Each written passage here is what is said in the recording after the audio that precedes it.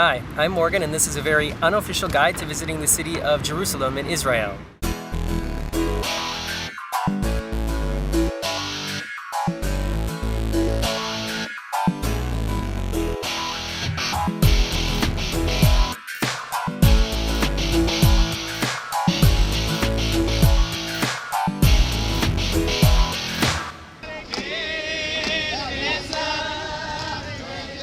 Jerusalem is, of course, known as basically the holiest city on the planet, with important significance for Christianity, Judaism, and Islam. And we made our way to Israel on the gigantic Mariner of the Seas cruise ship, which docked in Ashdod, and that is about an hour outside of the city on the coast of Israel.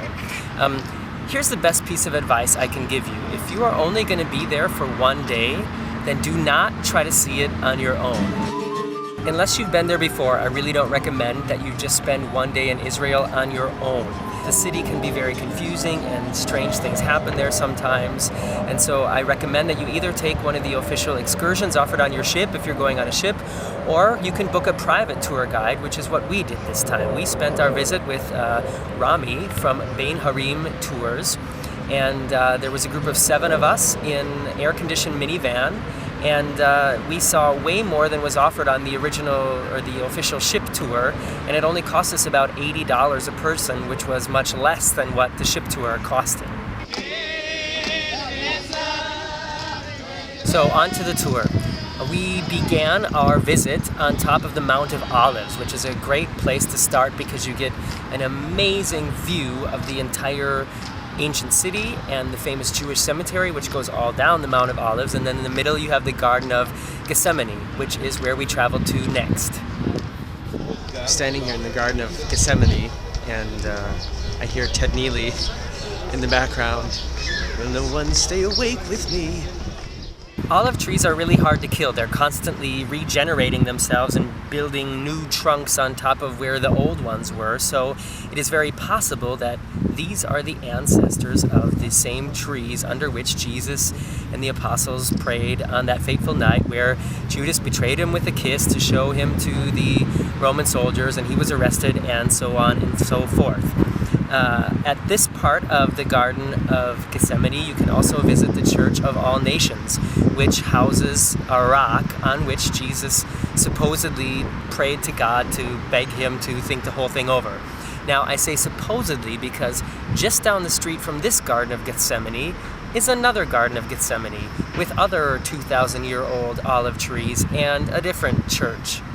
I know that's kind of disappointing to hear, isn't it? But the thing is because Jerusalem has been conquered and reconquered and divided and redivided and torn down and rebuilt, and because 2,000 years have gone past, nobody really knows anymore exactly where these things happen. And then, in addition, you have the different churches and the different religions and the different countries and groups fighting over who has control of what area. So you kind of have to take it all with a grain of salt. And when you're visiting places like the Garden of Gethsemane, know that even though it's hard to pinpoint exactly where these things happened, you'll never be closer than you are right there. Yeah, moving on, we made our way up to the ancient city and entered the walls through the Jaffa Gate, made our way through the crazy market to the Church of the Holy Sepulchre. We're walking through the market here in Jerusalem, and it's so cool to see all these different stands selling scarves and jewelry and spices and food, and it's an atmosphere, I can't really describe it, but it's a really cool experience. Fruit, and I wish you could smell it in here. It's amazing. This market goes on in all different directions, and it really looks like a scene straight out of an Indiana Jones movie, and it can also be really confusing, which is another good reason to go with a guide.